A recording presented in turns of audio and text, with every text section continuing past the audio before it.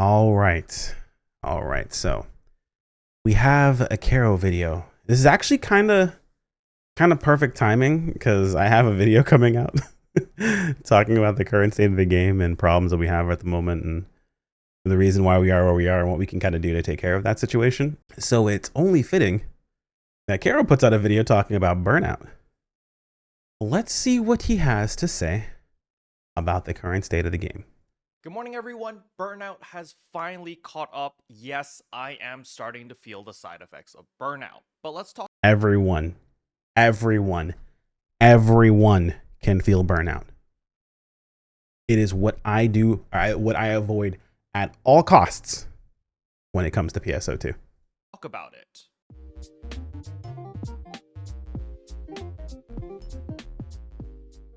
So as many of you guys know, I have been covering NGS for its entirety, so the past 4 years of NGS, and then before that I've actually covered the base game when it came out on Global, so I've been covering this game for over 5 years now.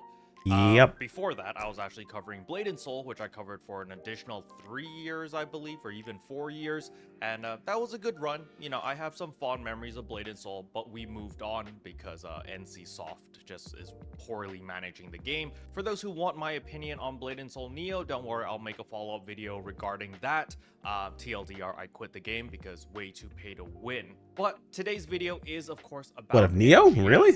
So, as many of you guys know, a lot Neo of didn't other feel that content creators, a lot of my friends have started to feel the side effects of burnout. They've either dropped the game, they've quit the game, they move on to other games, so forth and so on. But my channel has been pretty consistent with the daily uploads on NGS. However, I am think you meant feeling the BNS. side I mean, effects of burnout. okay, fair enough. You know, that it is what it is. And there are several factors that I want to bring up in case Sega does watch this video, because I can see the potential in NGS. It's just there's a lot of design elements as well as a lot of events and campaigns that seem very lazy to me. So for example, I'm gonna tell you guys right now. No. I'm gonna let this rock. We've had seasonal events, right? Seasonal events have literally come every other month like clockwork, and it's been 4 years. So that means we've had over 24 seasonal events. Yes, seasonal events have made some drastic improvements. And they're nothing. For the first like 3 to 4 seasonal events were pretty horrendous, and they've made iterations and they've improved it. However, for the past 20-ish seasonal events, it's been the same formula. They need to change things up. They need to put a little bit more effort in order to make people excited, make people go like, oh wow, this season's even better, this season's more interesting, so forth and so on. You know, hell, even Blizzard, Diablo 4 puts more effort in their seasonal events than NGS. At least there's a storyline, at least there's a theme, at least there's something to go with each seasonal event that makes it different. He's not wrong. He's not incorrect. Seasonal events aren't seasonal events. They're just a vehicle to deliver resources to players who need it. That's all seasonal events are. They're a way for you to grab some like free little cosmetics on the side, but it's just a vehicle for like almost what you're going to find is, I'm going to say the same thing a lot of times. Almost everything is a vehicle for delivering resources to the player that they may or may not actually need or that they might want to stock up on. That's mostly what the entire game is currently. And to be perfectly honest, we need less seasonal events. For seasonal events to feel special, for them to actually put more effort into seasonal events, we need to stop getting so many seasonal events. We need to like realistically have maybe 4 across the entire year. Honestly, seasons, 4 seasons, 4 seasonal events is how it should realistically be, in my opinion. Or so seasonal events are literally carbon copies of previous seasonal events. Like we're literally going through the 4th iteration of the same limited time quest, the same rappy models, the same everything. Yep. It's just a carbon copy. They just tweak a little bit of numbers. They might add a, you know, cosmetic flair here and there, and that's about it. There's a reason behind this, by the way, too. Very boring. We're going to talk about this. On top of this, the collaborations are also incredibly low effort. Yes, I love the collaborations. You know, when we had the HoloLive collaboration, when we have the Tensura collaboration coming out next month, yes, they are very exciting. There are a lot of cool animes that NGS has collaborated with, and that is a good thing. However, they need to put more effort into these collaborations. For those who never played the base game, when we got the Sword Art Online collaboration, when we got the Final Fantasy collaboration, when we had the Monster Hunter collaboration, they added in like storyline. And if you completed their side quests... Now, again, the same problem. Collaborations are not collaborations. They're a vehicle to deliver you collaboration items that you may want to spend money on. That's the problem. Too many of them. We need to have less with more impact in collaborations. We had collaborations in base PSO2 that were just cosmetic collaborations. However, we had actual collabs, SAO, like you mentioned, Evangelion was a collab that was on JP.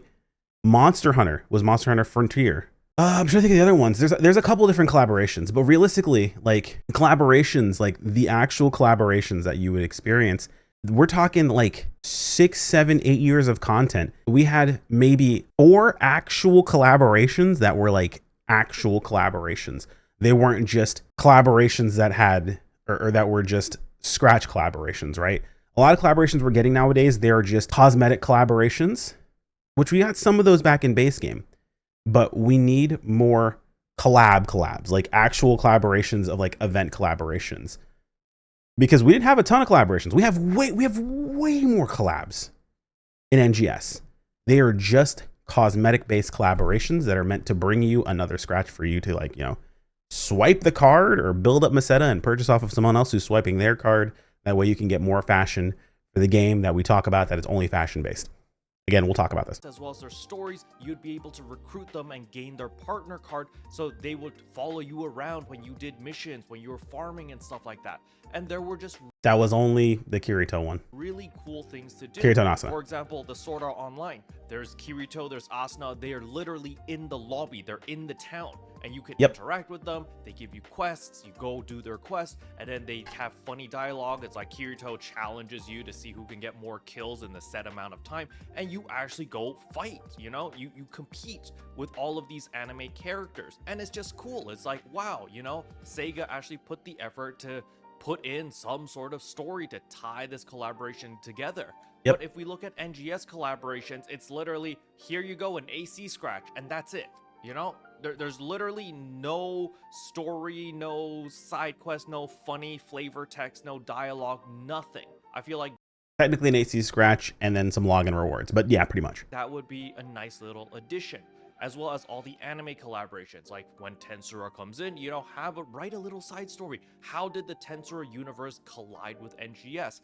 Why are we here? Can we have some funny dialogues with Rimuru? And maybe Rimuru has a really funny quest where he's trying to find a way back home. He's trying to find a way back to Tempest, and so we travel around the planet Halpha, we go to all the different towns, we have a funny little dialogue with all the different leaders, and then eventually, hey, we find out that, you know, you can get in a truck and isekai yourself somewhere or something.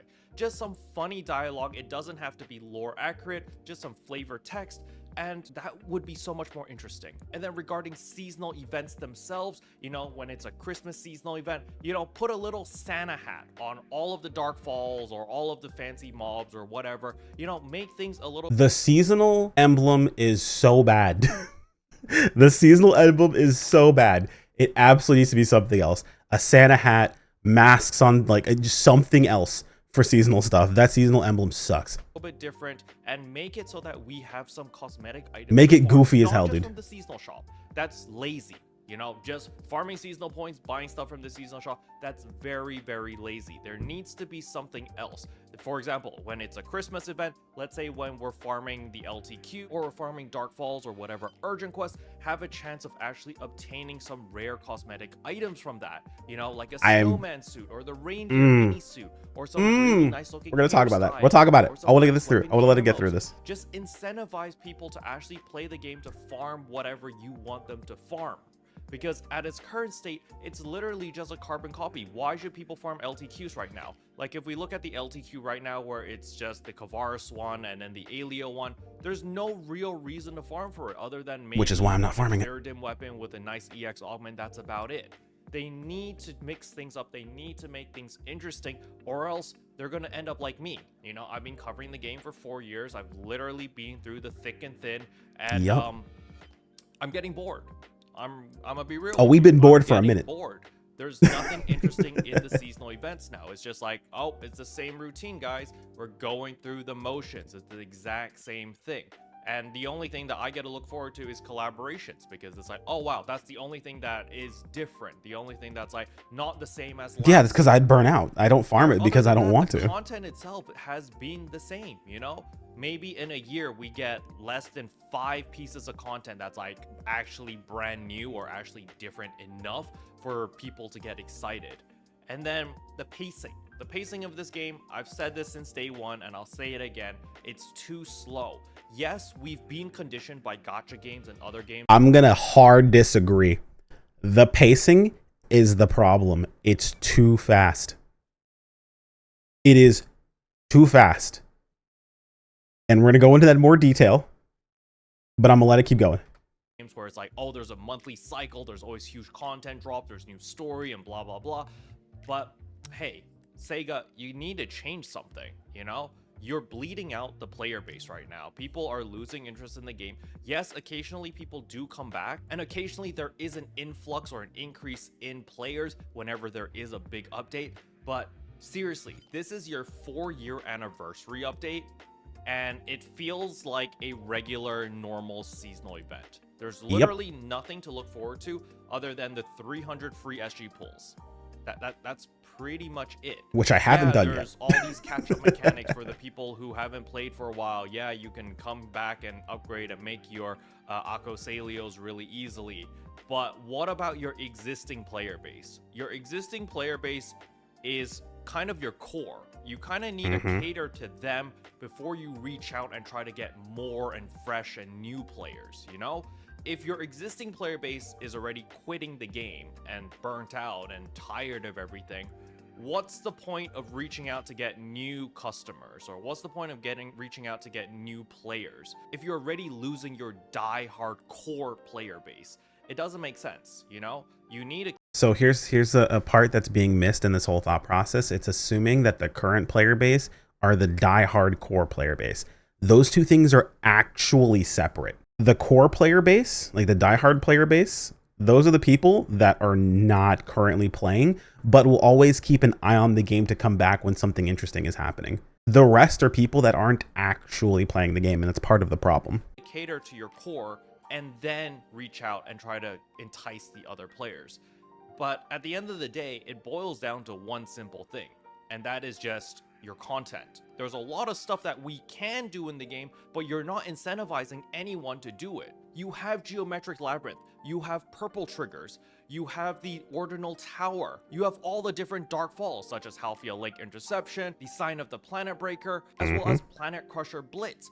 But what's the point? Why would anyone farm them? You've got the Gorge area with the Ancients. Now, another thing that's also been wasted and is actually pretty fun content, but it's just no reason to run it, is of course farming all the different veterans, you know? Like this right here. You farm all the different veterans, you've got your Recon Gigantics, you've got your regular Gigantics, and after you kill a bunch of these veterans, you spawn the big bad boss. I don't even remember what his name is. You know, the little guy on that island that spawns on this island. I actually don't remember his name either. Like, he was really annoying though. I don't even remember because it's been so long.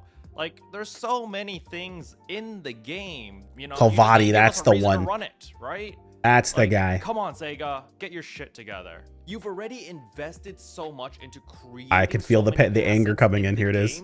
But you don't give the player base a reason to revisit and play any of those existing content.